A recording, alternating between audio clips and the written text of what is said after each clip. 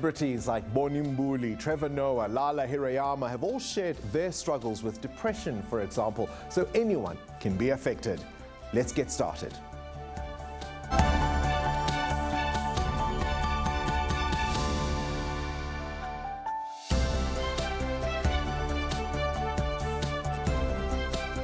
Good evening and welcome to the Democracy Gauge. I'm Bongani Bingwa. Our focus is on an issue that should not be ignored: mental health. And really the question is, would you wait for a disease to become severe before you seek help? So why treat mental health issues any differently? Problems such as depression, anxiety, substance abuse, and even job on the stress are common enough, but their impact extends to families, to co-workers, really the broader community. The stats suggest, though, that very few South Africans seek treatment for mental disorders, which can at times be treated at a clinic or a hospital or a healthcare provider near you. So our poll question then this evening is, do we talk enough about mental health struggles in South Africa? You can choose from our three colors. Green is yes, yellow is maybe, and of course for red, that means no. You can send us a WhatsApp video. Do it to 065-862-4548. If you want to be on the show, do it now. Don't wait till later. We'll play the ones that we have when we get to the people's view. So if you've got a view, send it to us now. You can also interact with our poll on sabcnews.com. We extend the conversation to Facebook and Twitter. And of course, remember to use our hashtags SABCDG25 and hashtag SABCNews. The Life Esidimeni tragedy, scandal, whichever way you look at it, really put the issue of mental health into the spotlight in South Africa. Our producer, Nono Makongoma, produced this insert for us. Our mental health refers to how we think, feel, and act. Mental health has been thrust into the spotlight in recent times. When one experiences a mental health problem, it could affect your thinking, mood, and even behavior. Experts say that the factors that contribute to mental health problems include biological, like genes, life experiences such as trauma and abuse, or family history. It is also important to note that people who suffer from mental health problems can get better and in many instances recover completely. Some people might not even spot the warning signs. For example, the codependency on drugs and alcohol or sleeping more than usual might be a behavioral trait, but it may also point to something deeper. Sadly, left untreated, there have been cases where some people have resorted to taking their own lives or harming themselves. The Life Healthcare Esidimeni saga has exposed some of the social ills surrounding mental health. This case has uncovered the deaths of 143 patients across psychiatric facilities in Gauteng. The cause of death included starvation and neglect. It will go down in democratic South Africa's history as one of the greatest human rights violations. An investigation into allegations of patient mismanagement at Tower Psychiatric Hospital in the Eastern Cape also exposed the mistreatment of mental health patients. Celebrities and other people with high public profiles are openly sharing their journey with depression. But what remains a concern is certain communities linking mental health problems to witchcraft, and this perpetuates the stigma. Nono Makongoma, SABC News.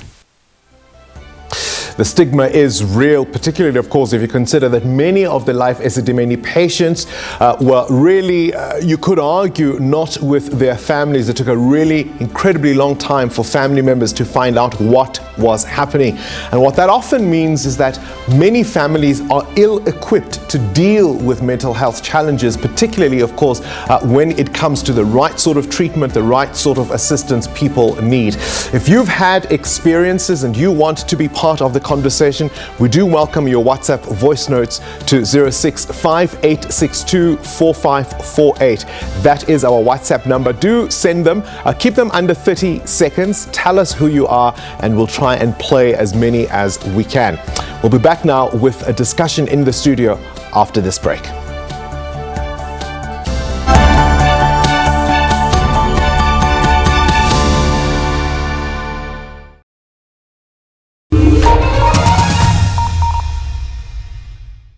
Every year, more and more people all around the country are saving money on their car insurance. Let's meet some of them. Tell me how you feel about being in one of these insurance ads that you've seen on TV. It's exciting. The husband is a bit jealous. When you did make that call, what was the experience like? They listened to you and they helped you save. How much did you end up saving? Almost 500 Rand a month. With the savings, we can do more things as a family. Switch and save. Yes! When? Now. Right now? Yes. Tell them. It's your time, it's your time, it's your time, it's your time. If you think it's a hassle getting a quote, put us to the test.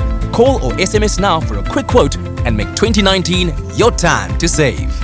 SMS SAVE to 34473.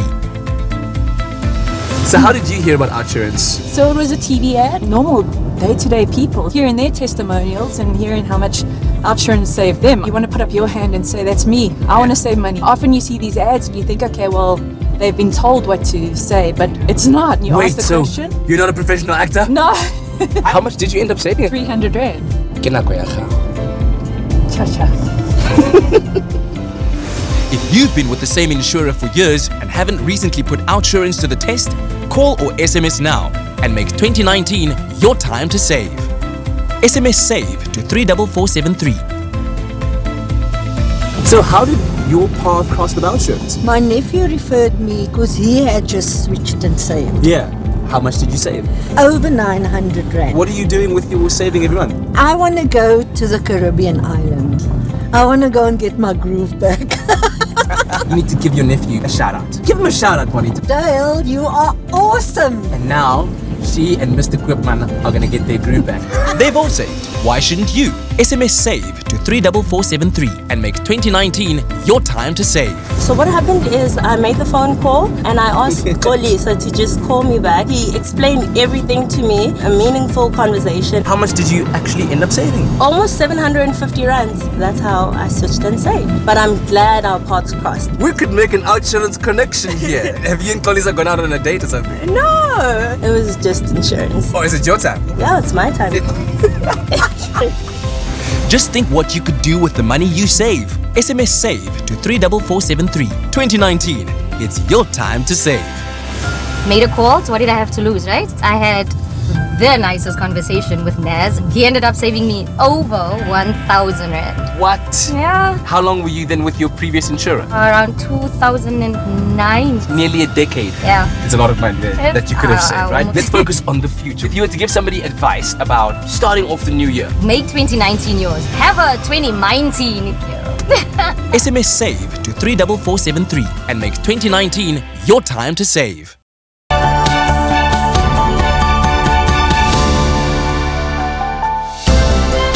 So every day on the show, we focus on a different topic, looking back over the last 25 years of life under democracy. Today, we're talking about mental health issues, and our discussion around that will continue. But as you know, SABC News has crisscrossed the country to tell the stories of South Africans and their experiences of the last 25 years.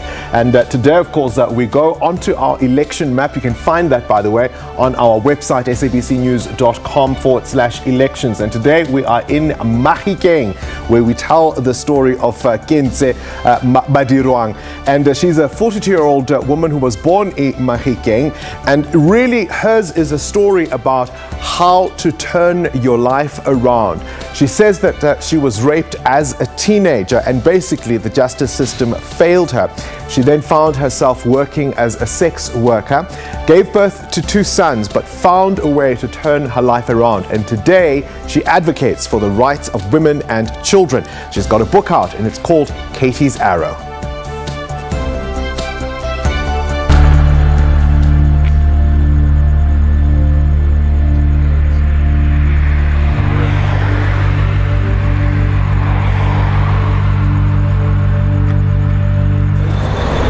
My name is Kentse Badirwang. I'm 42 years old and I was born and bred in Mahikeng. If I had to use a traffic light to rate our democracy, I'd definitely choose the color red. With the way things are going on in our country, corruption erupting everywhere, I definitely feel that we're definitely going for dangerous times, because the way things are going on, I don't think there'll be any investor interested in investing in our country. I experienced my first rape when I was 14 years old.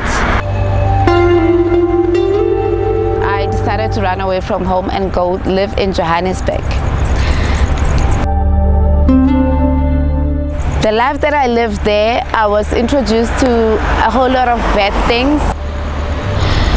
Struggling for many years with the trauma, I decided to change my life and rather focusing on helping young girls.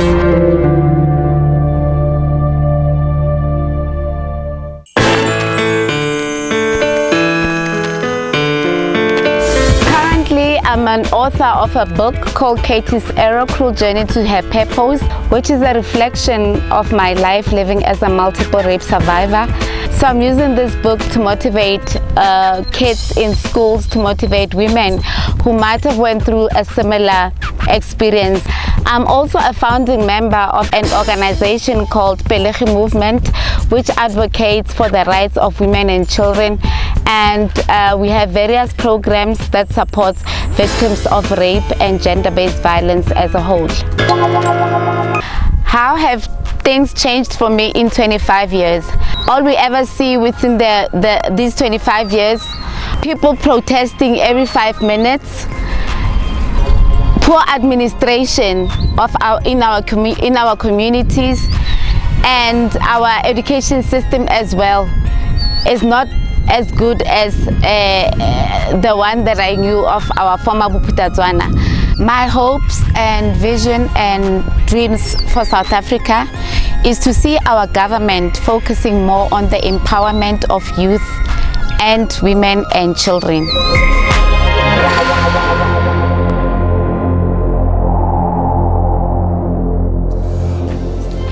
Of course, sometimes mental issues are brought on by a trigger incident or a trigger moment. In the last video that you've just seen there, it's a real reflection of how people can overcome even those situations. In studio then today, we're joined by Dr. Jan Chabalala, who's a psychiatrist and also a board member of the South African Depression and Anxiety Group, SADC. Welcome to the Democracy Gauge. Thank you, thank you. Firstly, I suppose, let's just dispel some of the myths around mental illness. Let's take depression, for example. It isn't just a moment of feeling sadness. It isn't something you can snap out of. It isn't something that if you just were positive enough about or prayed hard enough about, your life will improve. Or even meditated about. Yeah, depression is an illness. It's more than just a sadness. It's a, a pervasive sense of feeling sad. And not only sadness, but you feel hopeless, helpless, and you get other signs such as insomnia or hypersomnia, meaning sleeping too much. You could lose appetite or overeat, as a matter of fact, and you kind of feel listless. You don't want to associate with people. You want to lock yourself in, and eventually thoughts of suicide start creeping in, and they creep in so insidiously. People don't really notice until an attempt is made. So depression is really an illness. So depression is one, but obviously there are other mental health struggles. Absolutely, there are many other mental health struggles, such as substance abuse, which we see every day. And in fact, I'll have you know that people who abuse substances are probably trying to self-medicate themselves out of a depressive state, many of them. And you would get other illnesses which are more inherited, such as schizophrenia. You would get illnesses such as bipolar mood disorder. And this bipolar mood disorder is particularly confusing. Yeah, people will say that, these are Western things, these are European things. We didn't know these things in Africa, particularly, struggles like bipolar disorder, for example. Yeah, people will say that, but we did know about them. We just gave them different names. Like a person that has bipolar and they sing and dance all night, we'd say those people are possessed by the spirits, or that something bad luck had befallen them. So we didn't know about them. We just didn't use the nomenclature. So maybe schizophrenia would be amafufunyan. It would be something like amafufunyan, yeah. What about children and mental health? I mean, that's also something that we just don't talk enough about. In fact, I'm glad you mentioned children, because we don't realize as adults that children actually do get depressed. Children do get anxious. Children get specific forms of mental disturbances. You know, some children become what we call oppositional defiant, where they go completely against the set rules of society, whereas there's an underlying cause of their behavior, you know, which has not been detected or diagnosed. And obviously there are also issues like attention, deficit disorder, for example. You talk to me about those. What do we look out for? Yeah, you look out for a child who's very playful, and they've got a lot of energy, and they don't concentrate in class, and their grades are not that good, despite them being obviously very intelligent. And these are children who can quite frequently bully other children. They disrupt classes. You know, they do really weird things. They are moody. What's going on in the mind of a child who suffers from something like ADHD? We conceive of it as psychiatrists as a disturbance in the chemical balance of the brain. There's certain chemicals which are at play, you know, as you and I are communicating, which keep us balanced, our moods balanced, and our behavior in check. We played a clip looking at the issue of life esidimeni, and part of the tragedy of that story was that so many families are simply ill-equipped, both in terms of resources, both in terms of knowledge, in terms of how to deal with loved ones or family members. It's easy to take somebody to a center or a place where you think they're getting assistance, and often people are forgotten. Yeah, unfortunately. In fact, I've worked for that company for 15 years, so I know more or less what is happening. Those are people, you know, who are at the end stages of their illnesses where they need institutionalized care. But they're not necessarily forgotten, because a lot goes into treating them. They need doctors, they need nurses, they need occupational therapists, you know, they need medications, they need good nutrition to keep them alive, because these are still human beings.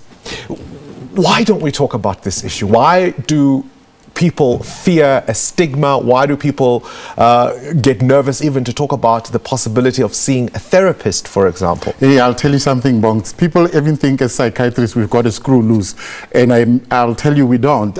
We actually are probably more mentally strong, because we are also stigmatized. I mean, people ask us frequently, how's the madhouse going? And I say, it's not a madhouse. You know, 90%, 95% of our patients are people with stress, depression, anxiety. Only a small portion of those who are really, really psychotic. So people stigmatize this because they don't know what it entails, you know, because mental illness doesn't have a scar. You know, if I say Wong says mental illness and you look at him and there's nothing wrong with him, people are used to illness and cause. You know, you have a chest problem because you have pneumonia, it's an infection, is there, you are ill, you are hot, you're coughing. But with mental illness, you don't see always a cause. There isn't always a visible cause. And obviously, there can at times, though, be trigger events, you know, a tragedy or something, or a difficult moment that adds, undue stress, or at least stress that isn't normal, and that can send someone into a spiral. Absolutely. In fact, almost 100% of our patients present to us after a perceived stress in the last month. All of them. If you dig a little bit, you find some stress. And not everybody who's subjected to stress is going to be mentally ill. You have to have the genetic susceptibility, the history of illness in your family. Let's even talk about what stress is, right? Because so many of us heard our parents say they've got nerves, for example, right? That was the word that a lot of us grew up hearing in our homes, when in fact, quite often what that meant was that there was stress in the family. Absolutely. People always look for reasons or causes or definitions for why they're ill. Indeed, they have nerves. Their nerves are on fire, so to speak. Their nerves are firing at a very fast pace, and they're not coping with that. It is true, it's nerves, but what happens, we find that it's the stressor has triggered chemical event in the brain, and the chemical event is the basis on which we treat those people, because we send chemicals to calm those chemicals in the brain which have gone unbalanced. You would obviously be an advocate for counseling. Now, some people will say, no, but I go to my pastor for counseling, I go to my church for counseling, and whilst of course they may receive spiritual guidance, let's say, it doesn't necessarily always mean that those people are qualified to assist them, does it? Absolutely. Absolutely, but I don't want to. I don't want to discourage any help. Any help a person can get, it's fine. But we really would recommend they come to us. Any kind of help a person can But if get, the person administering the help isn't qualified to give it, is it help?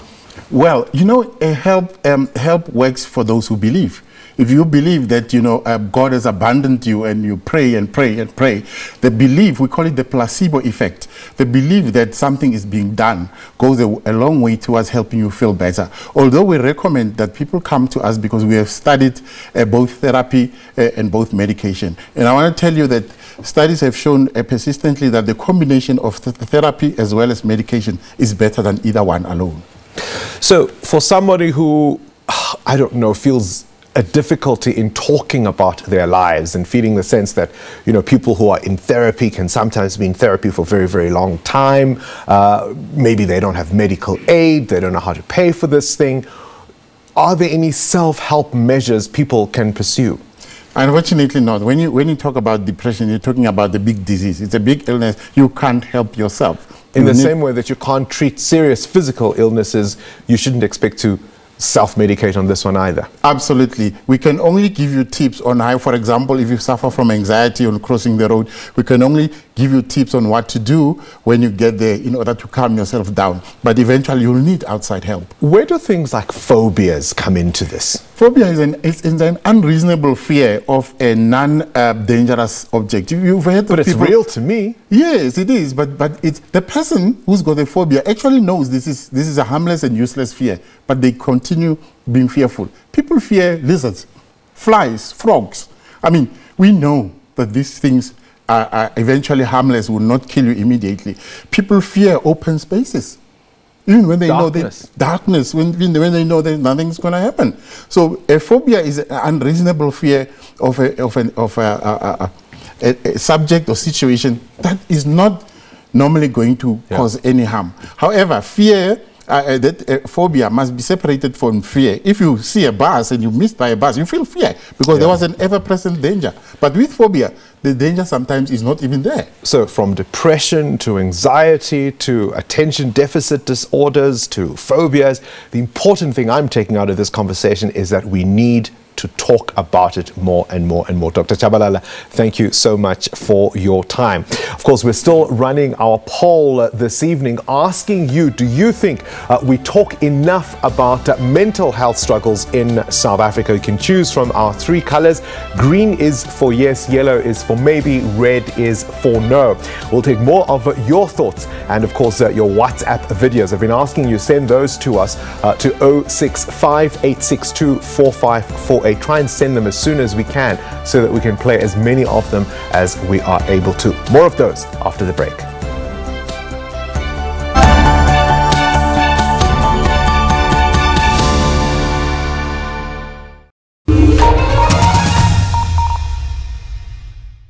We do not just speak. We let every voice in our nation find full expression in language and in culture. We do not just teach, we empower all people with education. We do not just bring you the news, we place you where the news is happening. We do not just entertain, we take you on journeys. We do not just broadcast sport, we create an arena for sporting heroes to inspire you.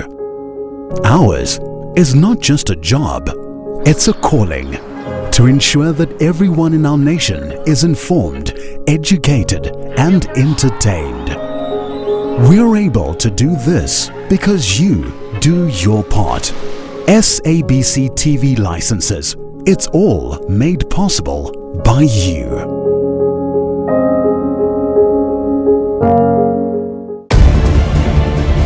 Please, short, sharp, don't tell us stories. Just get to the question. Just hold on. Just hold on. Please hold on. Please hold on. People who do these sort of things.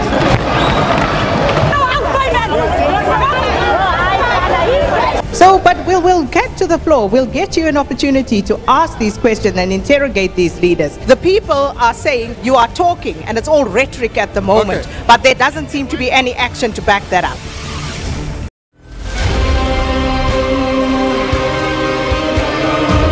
We were there at the birth of a new nation We are here today as her democracy matures. An impartial and independent witness to history, SABC News, always there when South Africa decides.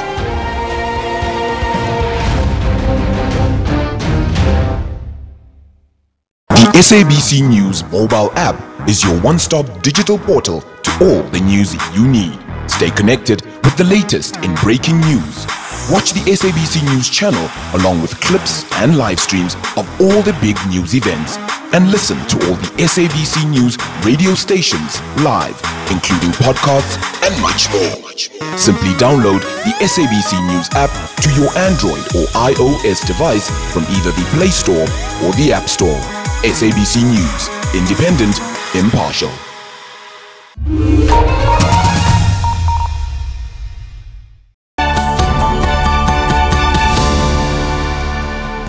Welcome back. It's all about you here on the Democracy Gauge. Now, throughout the afternoon, we've been asking you to send us your views, your thoughts on this conversation. We've received a number of WhatsApp videos, and here is some of what people have been saying via our WhatsApp line, sending us WhatsApp videos. Take a look. I don't think we talk very much about these things. Everyone is just busy trying to put bread on the table, and I think we are moving all too fast. It confuses all of us. Yeah, sometimes we don't even admit that we've got a mental disorder, and there is so many phobias, and especially, and then the stigmas also. People always point back to witchcraft. It's very simple for someone to lose it while he's trying to keep it together. I personally think there's a stigma attached to mental illnesses, and people don't take it seriously, or they take it too seriously at times. So yeah. Ngasho ngithi indaba ye-mental health abantu abaningi bayasaba ukukhuluma ngayo kakhulu, simply because abantu basaba ukujajiwa. Abanye abantu uma batshela ngenkinga yakho ye-mental health basuke bacanga ukuthi uyahlanya. So mina ngicanga ukuthi la eMzansi akukhulunywa ngayo kakhulu indaba ye-mental health. I don't think we talk enough because we are being stigmatized. Even in the workplace, people would think that you are overreacting or you just seek attention. And this is not right. As it is right now, I am not feeling well. I'm in bed. I suffered a very severe anxiety at work this afternoon. So yeah, depression is real, and it's killing us South Africans. And isn't that what people fear, that they will be judged? Don't judge, rather ask people around you to seek help. It is available. Now, every day on the show, we remind you of what was happening as we were building up to that historic first poll in 1994. So on this day, 25 years ago, IEC officials set up a mock voting station at the Rand Easter Show in Johannesburg to show the public exactly how it all would work.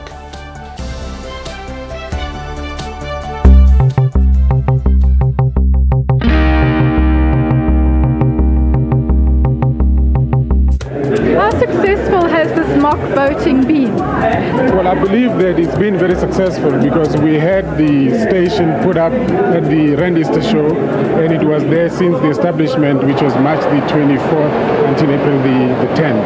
And our estimation at the Rand Easter Show is that we've reached about 300,000 people. It's been here for about 3 days now, and this is a prime center for youth in the metropolitan of Johannesburg. So we know that most of them come and they believe that they know better generally than their parents. So they will take whatever information and talk to their families, talk to their friends. Well, as always, we thank you for watching our show. There are the results of our poll. A whopping 82% of you say no. This means we need to have this conversation. From Fortune and myself, until tomorrow, good night.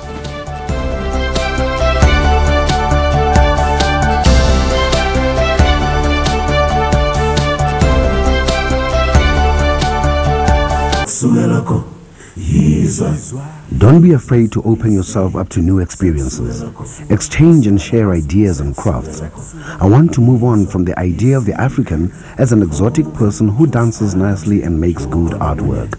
we must be at the cutting edge of everything possible as we once were. Many ancient African kingdoms had scientific and mathematical knowledge that still baffles experts today.